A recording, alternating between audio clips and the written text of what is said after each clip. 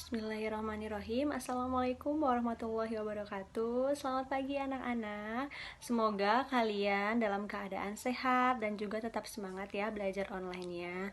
Nah, hari ini kita masuk ke materi baru di bab 3, yaitu tentang suprastruktur dan juga infrastruktur politik.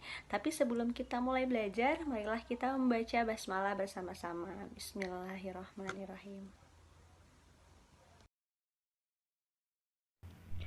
Ya anak-anak, jadi tujuan pembelajaran pada pagi hari ini diharapkan melalui model pembelajaran hari ini, kalian itu mampu mengidentifikasi dan juga mengkomunikasikan kewenangan lembaga-lembaga negara menurut Undang-Undang Dasar Negara Republik Indonesia tahun 1945. Oke anak-anak, sekarang kita masuk ke materi yang pertama, yaitu apa itu suprastruktur politik. Pasti kalian ada yang baru dengar atau ada yang sudah pernah dengar. Kita lihat di sini pengertiannya, yaitu merupakan struktur politik pemerintahan yang berkaitan dengan lembaga-lembaga negara yang ada. Jadi suprastruktur itu merupakan lembaga-lembaga negara, mesin politik resminya. Contoh ciri-cirinya di sini yang pertama yaitu adanya aturan yang mengatur hubungan antar lembaga negara. Kemudian yang kedua adanya struktur yang jelas dalam sistem politik. Jadi suprastruktur politik adalah lembaga resmi yang dimiliki oleh suatu negara. Jadi ada aturannya, ada strukturnya. Kita lihat contohnya di sini. Nah, contoh suprastruktur politik yang pertama adalah Majelis Permusyawaratan Rakyat atau kita singkat MPR. Yang kedua, Dewan Perwakilan Daerah. Yang ketiga, Dewan Perwakilan Rakyat. Yang keempat, Presiden atau Wakil Presiden. Yang kelima, Mahkamah Agung. Keenam, Mahkamah Konstitusi. Ketujuh, Komisi Yudisial, dan yang terakhir adalah Badan Pemeriksa Keuangan atau BPK. Ini merupakan suprastruktur politik. Jadi, suprastruktur politik adalah lembaga-lembaga resmi yang dimiliki oleh negara.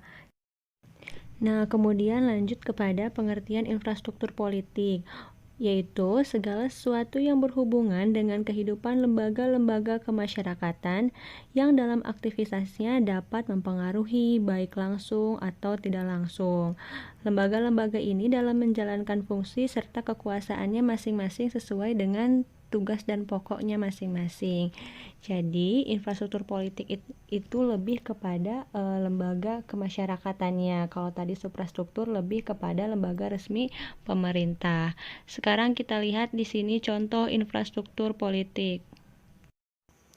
Nah, di sini bisa dilihat contoh infrastruktur politik. Yang pertama ada media komunikasi politik, yang kedua kelompok penekan, yang ketiga kelompok kepentingan, dan yang keempat adalah partai politik. Kita lihat di sini ada contoh gambarnya.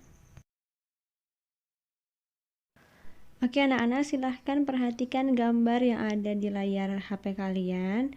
Di situ yang pertama kita lihat ada contoh media komunikasi politik ya. Media komunikasi politik di sini contohnya yaitu ada radio, kemudian koran, televisi, itu adalah contoh dari media komunikasi politik.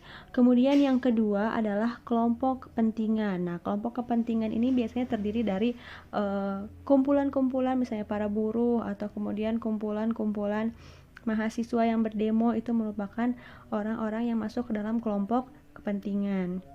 Kemudian yang ketiga adalah kelompok penekan. Kelompok penekan ini biasanya terdiri dari komunitas pengawas korupsi kayak KPK gitu kan. Bukan komisi pemberantas korupsi, bukan, tapi komunitas pengawas korupsi.